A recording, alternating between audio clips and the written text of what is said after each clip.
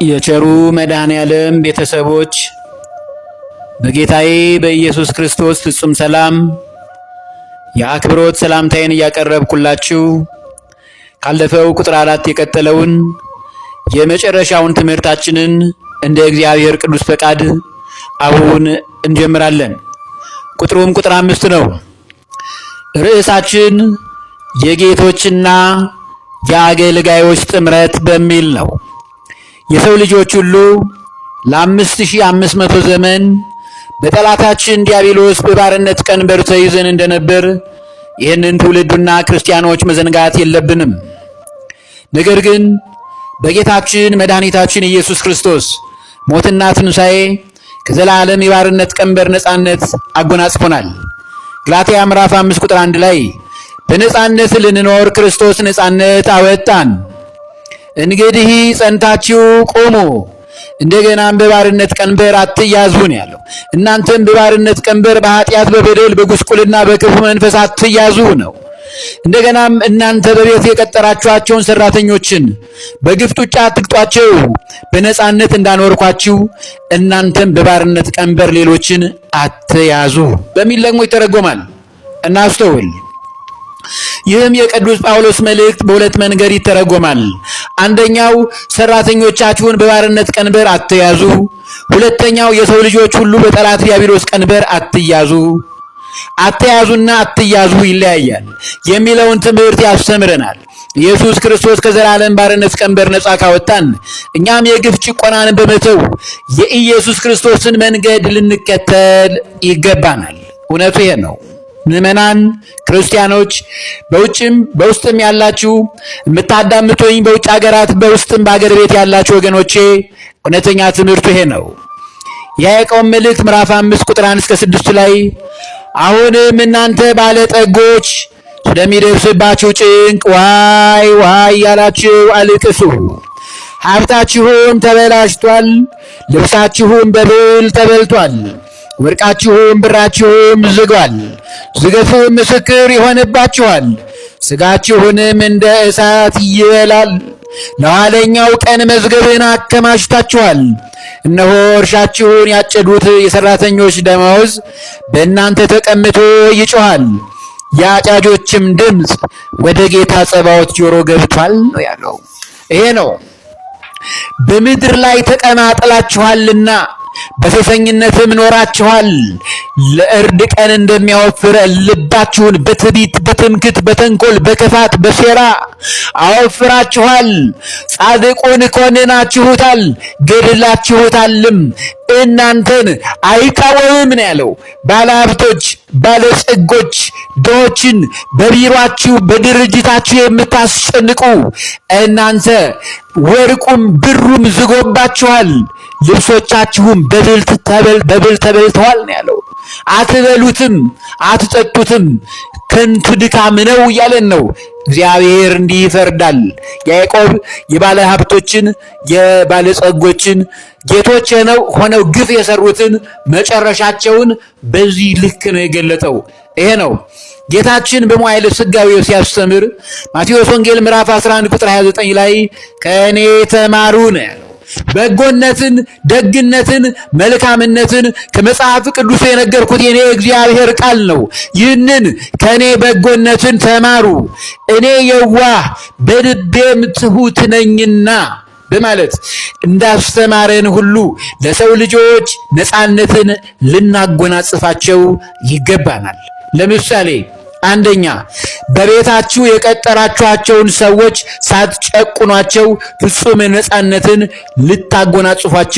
ልናጎናጽፋቸው ይገባናል። ሁለተኛ የሰሩበትን ደመወዛቸውን በሰዓቱና በአግባቡ የመክፈል ግዴታም አለብን።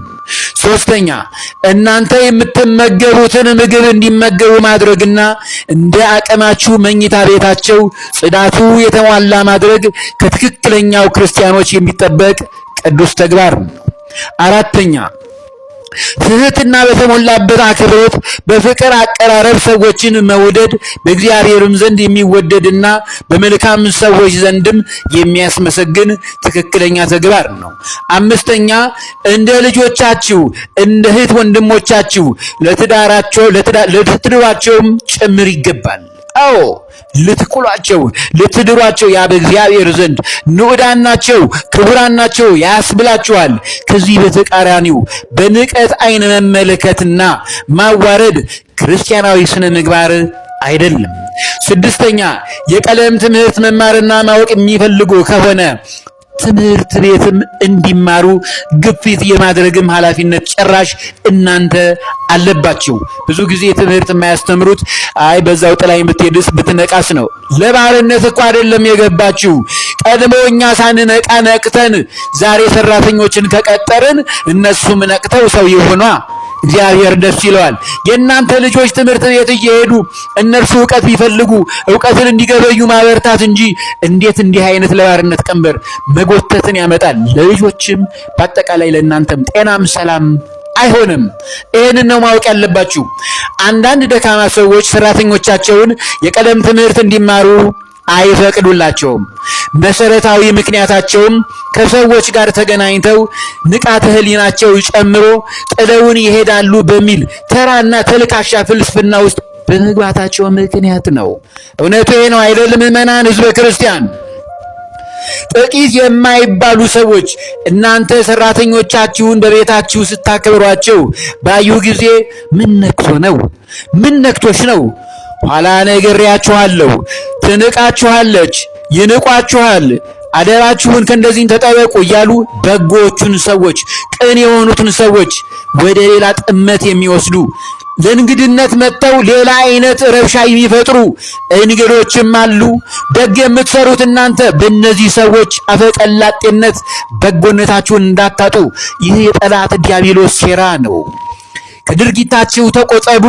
ከእንደዚህ አይነት ድርጊት ይሄን የምታደርጉ በንግድነት የመጡበትን ጉዳያቸውን ትተው ክፉን የሚመክሩና የሚዘላብዱ ወገኖች እንዳሉ አገር ያወቀው ፀሐይ የሞቀ የአደባባይ ምስጢር ነው።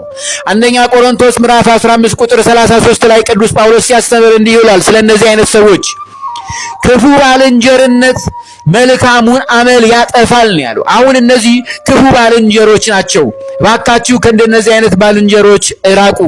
መልካሙን ሰራተኞቻቸውን የምታከብሩ በትክክልም በጎን በማድረግ የምትሰሩ ወገኖችን ይህን አመላችሁን ያጠፋባችኋል። ከእንደዚህ አይነት ክፉ ባልንጀርነት ራሳችሁን ጠብቁ ክርስቲያኖች።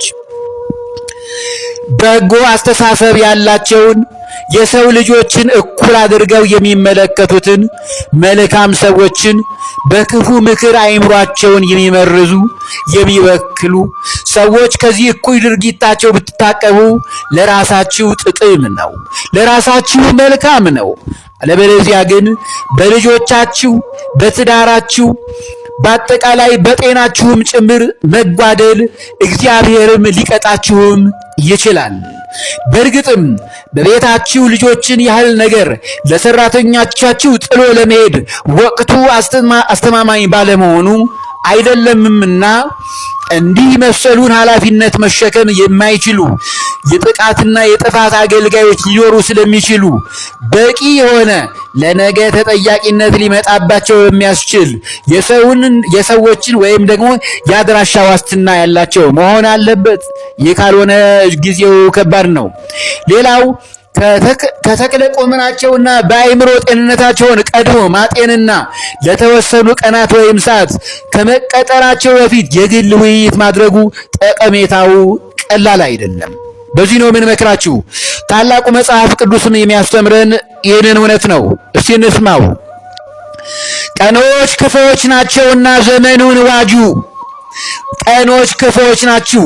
መከራ አይታችሁ አመጣችሁ የወለዳችኋቸውን ልጆች የሚሸጡ ደግሞ በሰራተኛ ስም ገብተው የሚሰርቁ አሉና ቀኖች ክፉዎች ናቸው ዘመኑን ዋጁ ከሚለው ትምህርት በመነሳት በቤታችሁም ይህን በድርጅቶቻችሁ ውስጥ ሰራተኞቻችሁን ለመቅጠር ካሰባችሁ አስቀድማችሁ ቀድሞም እንደተማርነው ጥንቃቄ በተሞላበት በጥበብ ማከናወን ትችላላችሁ።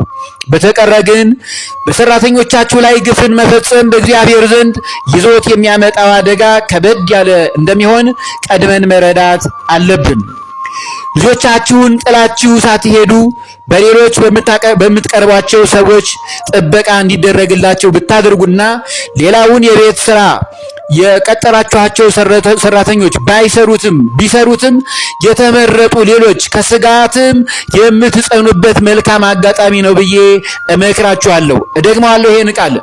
ልጆቻችሁን ጥላችሁ ሳትሄዱ በሌሎች በምትቀርቧቸው ሰዎች ጥበቃ እንዲደረግላቸው ብታደርጉ መልካም ነው። ሌላውን የቤት ስራ ደግሞ የቀጠራችኋቸው ሰራተኞች ቢሰሩት የተመረጠና ከስጋትም የምትድኑበት መልካም አጋጣሚ ነው ብዬ እመክራችኋለሁ። ራእይ ምዕራፍ 21 ቁጥር 11-12 ላይ እንዲህ ይላል፣ በመንፈስም ወደ ታላቅና ወደ ረጅም ተራራ ወሰደኝ፣ የእግዚአብሔርም ክብር ያለባትን ቅድስቲቱን ከተማ ኢየሩሳሌምን ከሰማይ ከእግዚአብሔር ዘንድ ስትወርድ አሳየኝ ነው የሚለው። 12ቱም ደጆች ነበሯት ነው የሚለው። በደጆቹም 12 መላእክት ቆሙ፣ የ12ቱም የእስራኤል ልጆች ነገዶች ስሞች ተጽፈውባቸው ነበር ነው የሚለው። ይሄ ነው በኢየሩሳሌም ሰማያዊት የ12ቱ ነገደ እስራኤል ስም ተጽፏል። የያዕቆብ ሁለቱ ሚስቶች የልያና የራሔል አገልጋዮች ዘለፋና ባላ ያዕቆብ ከነዚህም ልጆች ወልዶላቸዋልን ነበርና ምንም አይነት ሳይለያዩ ልዩነት ሳይደረግባቸው በኢየሩሳሌም ሰማያዊት ስማቸው ተጽፏል። ከገረዶች የተወለዱት ሁለቱ ልያ እንዲሁም የልያና የራሔል አገልጋዮች ባላ የተባለችውና ሌላዋም አገልጋይ እነዚህ ትክክለኛውን ነገር እግዚአብሔር አድርጎ የባሪያዎቹን ልጆች ከመልካሞቹ ልጆች እኩል በኢየሩሳሌም ሰማያዊት ስማቸው ተጽፏል። ስለዚህም የጌቶችም የአገልጋዮች ጥምረት በጽድቅና በመዳን በመታዘዝና በማገልገል የሚፈጸም ፍቅር የተሞላበት ሰላም ማለት ይሄ ነው። መጽሐፈ መክብብ ምዕራፍ 10 ቁጥር 7 ላይ ባሪያዎች በፈረስ ላይ ሲቀመጡ መሳፍንትም እንደ ባሪያዎች በምድር ላይ ሲሄዱ አየሁ ያለው። ስለዚህ ሰው አይናቅም፣ ሰው መናቅን ተው እንዳለው ማለት ነው። የጌቶችና የአገልጋዮች ጥምረት እስከዚህ ድረስ ነው። ትምህርታችን በዚህ ተፈጽሟል።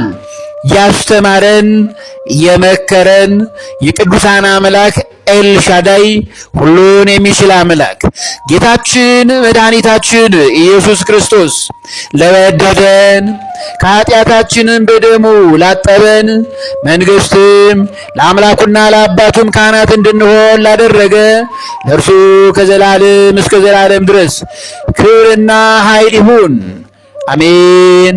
ወስብሐት ለእግዚአብሔር።